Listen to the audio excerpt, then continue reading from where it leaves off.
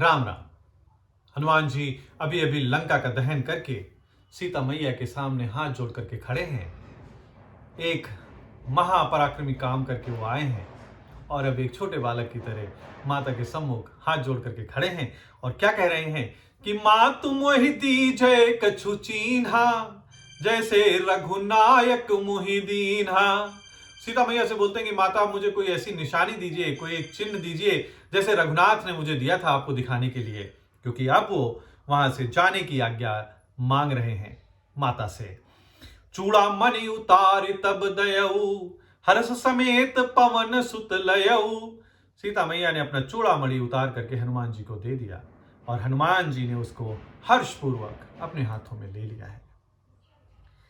कहु तात यस मोर प्रणामा, सब प्रकार प्रभु पूरन कामा।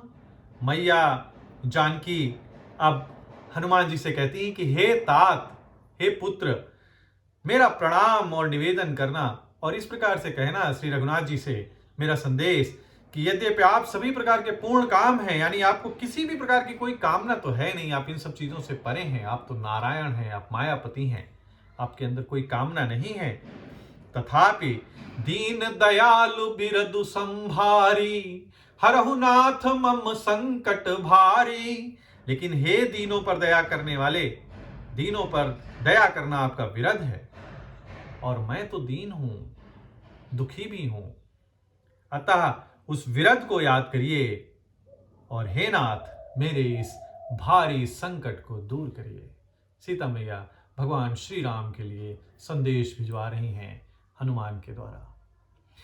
तात शक्र सुत कथा सुनायहु, बान प्रताप प्रभु ही समुझायहु।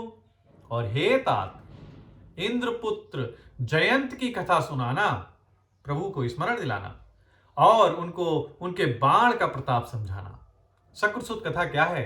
ये मेरे YouTube चैनल गौरवशाली भारत पर मैंने एक वीडियो डाला है शक्रसुत कथा, जहां पर आपको विस्तार से उसके विषय में पता चलेगा।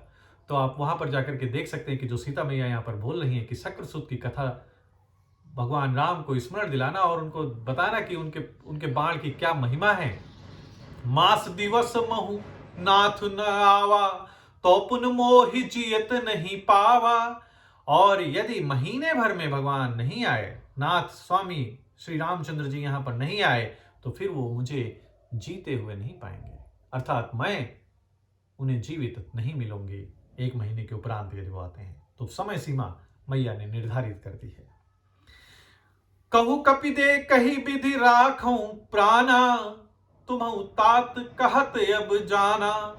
तो कहती कि हे हनुमान, अब मैं किस प्रकार प्राण रखूं, कैसे धैर्य रखूं, क्योंकि तात तुम भी अब जाने को कह रहे हो, तुम भी कह रहे हो कि अब तुम्हें भी जाना है। क्योंकि तो ही देख शीतल भई छाती, पुनि मोह कहूं सोई दिनु सो राती। मैया कहती हैं कि तुमको देखकर ही मुझे मेरे हृदय को शीतलता प्राप्त हुई है, मेरी छाती ठंडी हुई है तुम्हें देखकर। जो शोक था, जो विषाद था, वो ठंडा हुआ है और अब तो फिर से मुझे वही दिन और वही रात है। किसी अपने प्रियजन से जब कोई मिलता है, जब आप बिल्कुल निराशा में हो और कोई एक आशा की उम्मीद दिखाई देती है और वो मिल भी जाए, तो कितनी खुशी होती है। और जब वही अपना प्रिय आपसे दूर होने लगे और आप फिर से अनजानों के बीच में रहें, तो उस प्रिय व्यक्ति के जाने का क्या कष्ट होता है, क्या दर्द होता है, वो इन पंक्तियों में आप समझ सकते हैं। जनक सुतहि समुझाई कर, बहुविधि धीरज दीन, चरण कमल सिरुनाई कपि, गवन राम पहि कीन।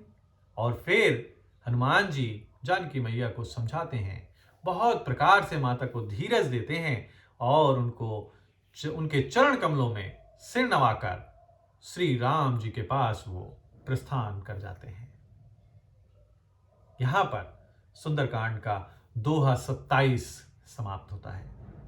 आगे की कथा आपको फिर सुनाऊंगा। आशा है कि मेरा यह प्रयास आपको पसंद आ रहा हो। तब तक के लिए जय श्री राम।